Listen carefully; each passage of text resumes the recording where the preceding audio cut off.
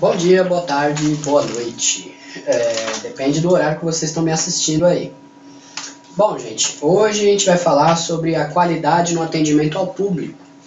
Tema muito recorrente em concursos, principalmente concursos públicos do ensino médio, focados em oficial administrativo, atendente administrativo, assistente administrativo, enfim.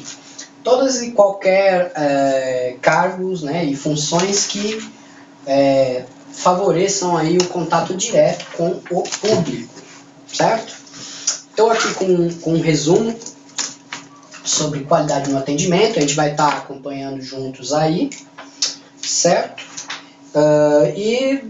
Merece os créditos aqui por ter fornecido material, aliás, eu coletei esse material, do professor Wendel Léo, certo?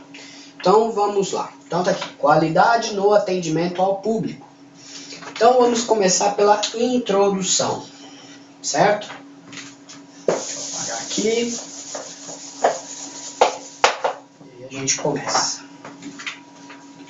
Bom, o professor Wendel Léo, ele descreve aqui a qualidade do serviço de atendimento ao público no contexto da realidade brasileira, tanto no âmbito estatal quanto no âmbito privado. Então, daqui a gente já ressalta, tanto no âmbito estatal. Então, como você está prestando concurso público, né, esse tema é recorrente, referente à qualidade no atendimento, pois o atendimento, né, ao cidadão, ao contribuinte, seja da União, do Estado e do município, tem que primar pela qualidade, né, e segue aí algumas regras que também já são admitidas no âmbito privado. Bom, apresenta-se como um desafio institucional que parece exigir transformações urgentes. Essa necessidade tem múltiplas facetas, e a visibilidade de uma delas se expressa nas queixas frequentes de usuários e consumidores.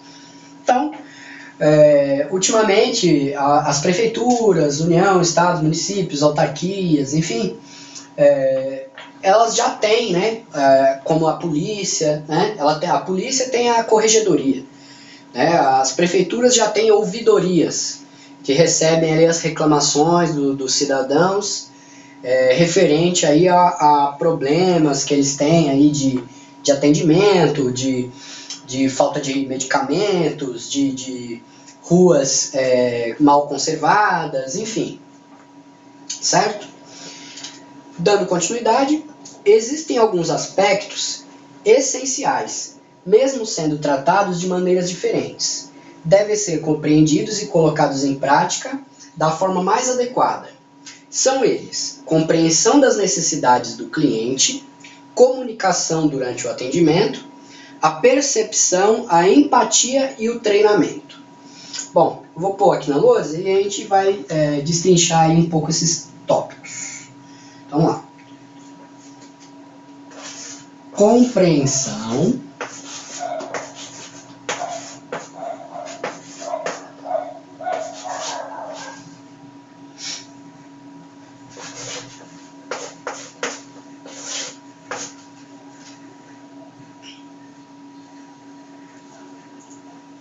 Comunicação. Nosso gizinho aqui dando pau de novo.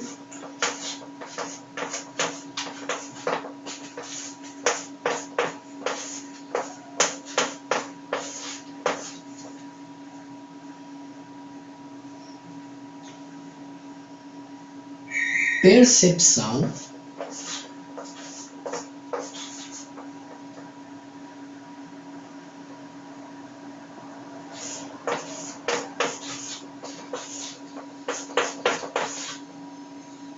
Opa, mas senão eu esqueci. Empatia.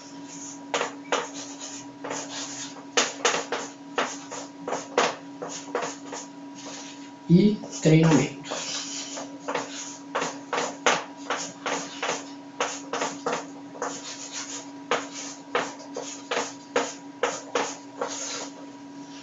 Bom, pilares, né, praticamente uma das bases do bom atendimento está em você compreender a necessidade do cliente. Para que você compreenda e exponha soluções, é necessário uma comunicação clara e objetiva, ter a percepção do que está acontecendo e os caminhos para se obter a solução do problema, a empatia, que é se colocar no lugar do cliente, e treinamento. Treinamento, no meu ponto de vista, é primordial, porque sem ele você não aprende as técnicas necessárias para estar colocando esses outros fatores em prática. Compreensão, muitas das vezes a gente verifica atendimento telefônico, atendimento presencial, como aquele atendente que, sim senhor, eu compreendo, que é mais uma forma, devido ao mau treinamento, que o atendente ele usa o compreendo para não se colocar em xeque e nem a empresa ao qual ele representa. Então, fica como se fosse uma coisa meio automatizada.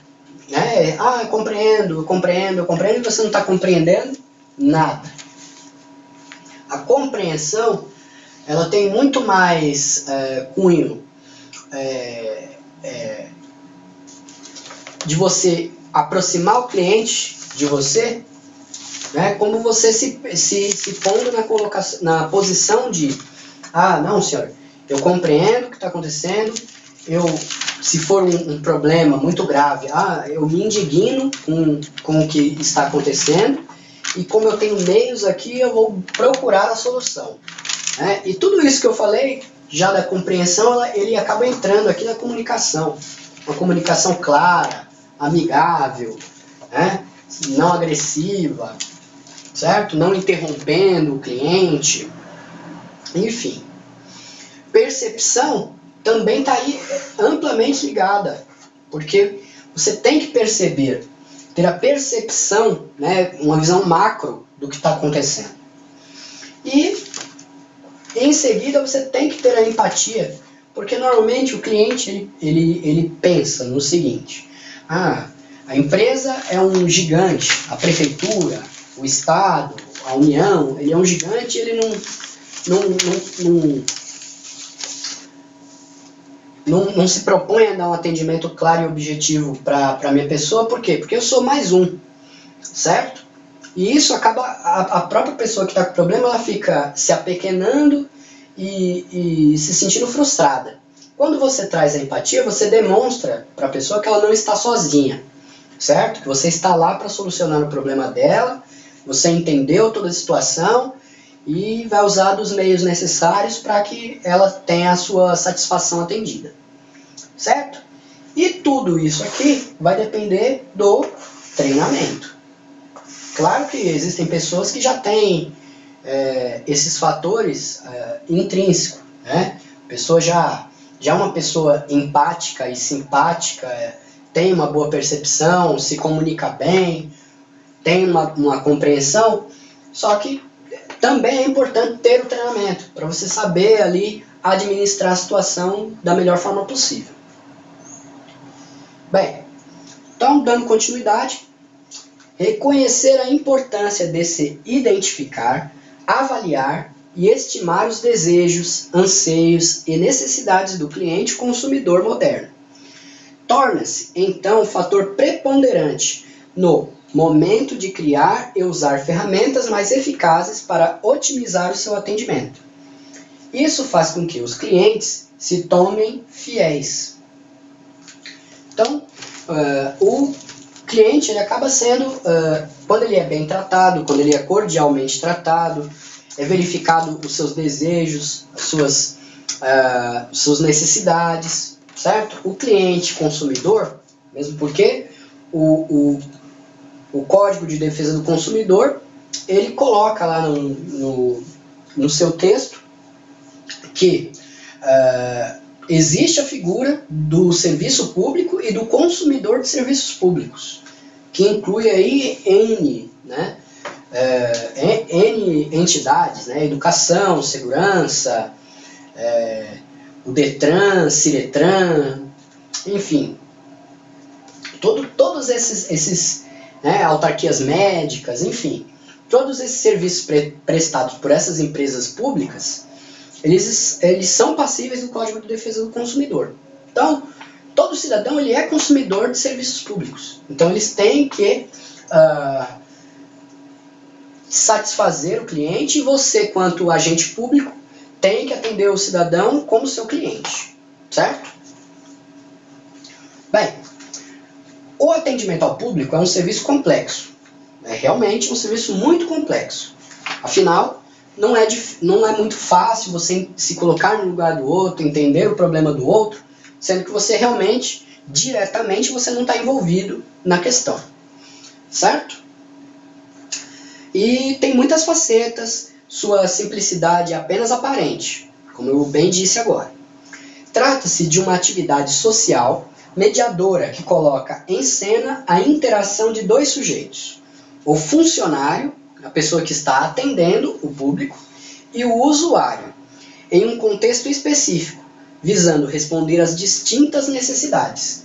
Então, é uma relação ali direta: funcionário-consumidor, funcionário-cidadão, funcionário público-cidadão, do qual você tem que se utilizar de todas esses fatores, né, da empatia, da percepção, da comunicação, compreensão, para que você consiga manter um relacionamento com o consumidor do serviço público, do qual ele se sinta satisfeito, atendido, tranquilo, e que vocês consigam ter uma relação aí de cumplicidade, certo? E aí acaba-se o consumidor do serviço público, ele se torna fiel, né? Em muitos casos, às vezes em repartições públicas, você foi tão bem atendido por aquele funcionário que você procura por aquele funcionário para ser atendido novamente. E claro, em toda função pública, embora seja um concurso público, enfim, existe uma meritocracia. Então você acaba sendo valorizado por isso, né? Quem sabe os seus superiores, né, não lhe indicam para um cargo comissionado, enfim. Bem, essa visão, né, mais empreendedora, ela tem se tornado mais recorrente nos concursos públicos, né? Apesar que eu vou fazer concurso público pela estabilidade, porque a gente tem estabilidade, eu não posso ser mandado embora, o meu patrão é o governador, meu patrão é o prefeito, toda essa história que você já conhece. Só que assim, no meu ponto de vista, isso vai muito mais além do simples fato da sua subsistência. Por quê? A partir do momento que você adentra ao serviço público, é de suma importância que você verifique que você é uma parte da engrenagem e que tendencie a realizar uma mudança, certo? Uma mudança de tudo aquilo que a gente já vê aí de anos e anos de um serviço público de péssima qualidade, do qual a gente é cobrado a todo minuto, né? Você abastece seu carro, você está pagando imposto. Você compra comida, você está pagando imposto. Você compra roupa, você está pagando imposto. Você mora, você está pagando imposto. Você consome luz, água, está pagando imposto, né? Tudo tem imposto, tudo. Até esse giz foi pago imposto sobre ele. E nesse aspecto, se você não pensar no fato de tentar melhorar, ser uma engrenagem nova, dentro da máquina pública, que favoreça, é difícil a gente ficar cobrando uma melhoria de algo que nós mesmos não realizamos, certo? Então, essa mentalidade mais corporativa no funcionalismo público, pelo menos do meu ponto de vista, eu acho de suma importância. Foi uma percepção muito boa, né, que as entidades tiveram. E acredito eu que em todo concurso público deveria ter esse tema, esse tópico de qualidade no atendimento. Afinal, em qualquer setor você vai ter que lidar com o cidadão. E o cidadão é a pessoa que paga o imposto, que movimenta toda a máquina pública. Certo? Então, beleza. Bom, o caráter social do atendimento público se manifesta, sobretudo, pela via da comunicação entre os sujeitos participantes, dando visibilidade às suas necessidades, experiências e expectativas.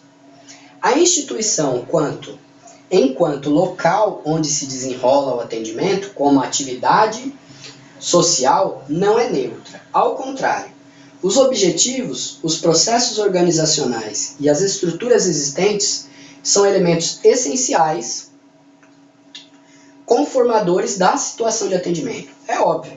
Se não existisse a instituição, o posto de atendimento do Detran, a UBS, que você esteja lá prestando seu serviço, a secretaria de escola, enfim, né, o posto da companhia de habitação, que você vai estar desempenhando a sua função e fazendo o atendimento ao público, realmente, se não existisse toda a estrutura, toda a máquina pública direcionada para aquele serviço, né, para que existiria a sua função, né, e como teria essa relação de atendimento?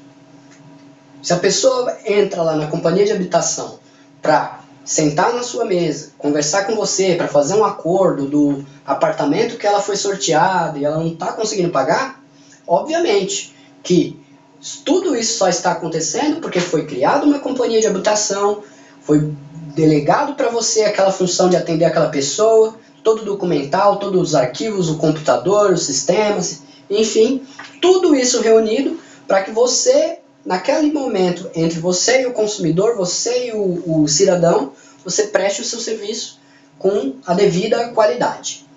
Certo? Bom, eles têm função de contexto institucional, né? As organizações públicas. Facilitador ou dificultador da interação entre os sujeitos e da qualidade do serviço.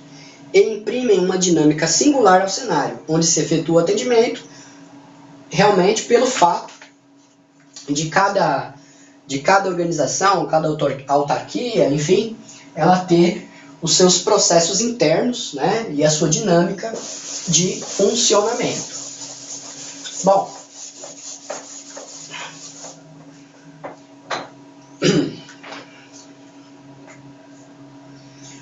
aspectos essenciais para prestar um atendimento com qualidade, certo? A gente falou daqueles aspectos todos, aqui eu tenho eles listados novamente, certo?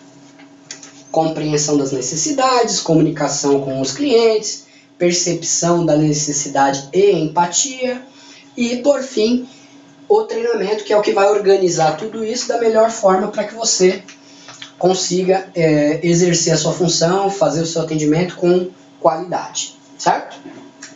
Bom, encerrando aqui a introdução, o serviço de atendimento ao público é um processo resultante da sinergia de diferentes variáveis, quer dizer, tem que haver ali uma sintonia, né? A sinergia é uma sintonia de diferentes pontos. O comportamento do usuário, porque obviamente a pessoa ela pode chegar em você lá no atendimento e o problema dela é muito grave e ela está calma, calmíssima, mas o problema dela é muito grave, muito grave. Às vezes a pessoa está lá com a fratura exposta na perna, você está na UBS e, ao contrário do que todo mundo imaginava, a pessoa que está lá com a perna quebrada, com o osso de fora, ela está mais calma.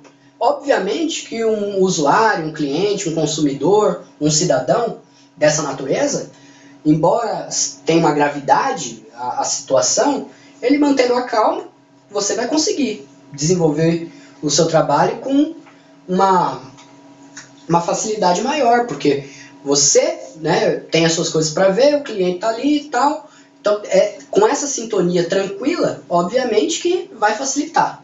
Mas não é sempre assim. Às vezes pode ter um cidadão um problema muito pequeno, de fácil resolução, mas ele já tentou tantas vezes resolver o mesmo problema, que ele já chega nervoso, né? Mas vale lembrar, certo? Às vezes o cliente ele não está nervoso ou irritado com a sua pessoa. Ele não tem essa... Quando ele lhe vê, o que ele lembra? Ele lembra da instituição que está causando problema e ele lembra, talvez, dos atendentes anteriores que, porventura, não tenham solucionado o problema dele, tenham destratado, enfim, tenham feito N coisas que talvez ele não tenha se agradado. Outro fator que é variável e que influencia diretamente no atendimento é a conduta dos funcionários envolvidos direta ou indiretamente na situação, a organização do trabalho, as condições físico-ambientais e instrumentais. Bem, como eu já falei para vocês nos vídeos anteriores, eu já falei para vocês que eu já tenho aprovação em alguns concursos, estou aguardando ser convocado, enfim. Já fui funcionário público, trabalhei na Fundação Parque Zoológico de São Paulo, alguns poucos meses, porque estava num período de transição, né? Eu estava concluindo a faculdade, o salário não era muito bom, eu trabalhava muito longe da minha casa, né? Então era um período muito conturbado, não obteve aí continuidade nesse serviço. Mas, pelo menos na época em que eu exerci minhas atividades por lá, a forma, né, que eu trabalhava no departamento pessoal do zoológico, 400 funcionários, e você tinha que fazer compras de vale transporte, né, fechamento de ponto, e o instrumental fornecido pela instituição, naquele momento, não auxiliava tanto, pelo menos no meu ponto de vista. Você tinha que trabalhar com a máquina de escrever, o ponto na época não era eletrônico, era ponto cartonado, então você tinha que ficar lá batendo ponto, às vezes o ponto quebrava, né? A pessoa ia lá bater o ponto, arrebentava com o relógio, e aí você tinha que pegar dias e dias do mês e ficar lá contando quanto que trabalhou, quanto que não trabalhou, se fez hora extra, se não fez, uma coisa muito lenta, né? Então realmente ali, né, enquanto auxiliar do departamento pessoal, o meu cliente naquele momento era o funcionário tratador dos animais, o biólogo, enfim. E tudo isso confluía para quê? Para que eventualmente acontecessem erros, acontecessem falhas do qual o meu cliente ele não ficaria satisfeito, né? O funcionário, né, dos outros setores, porque ele trabalhou o mês inteiro lá, deu comida para os animais e porventura a gente esqueceu de lançar 1 a 2 horas extra. E aí ficava uma situação complicada, mas a situação, claro, a falha humana é muito preponderante, né, numa falha dessa, mas se você tem um ferramental adequado, é óbvio que a margem de erro ela cai drasticamente. Bom, outro fator aqui, tais fatores funcionam como propulsores do processo, alimentando a dinâmica, que é o que eu falei para vocês. Se você tem os instrumentos necessários, obviamente que a dinâmica é outra, né? A agilidade no processo administrativo melhora, enfim. E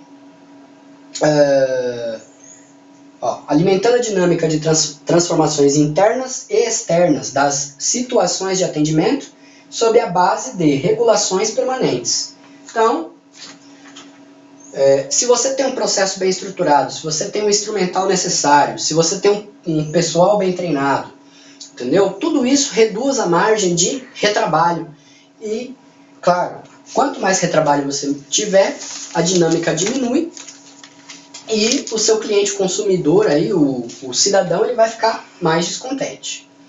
Bom, pessoal, agora eu vou dar uma paradinha no vídeo, certo? Para fazer a descarga de memória.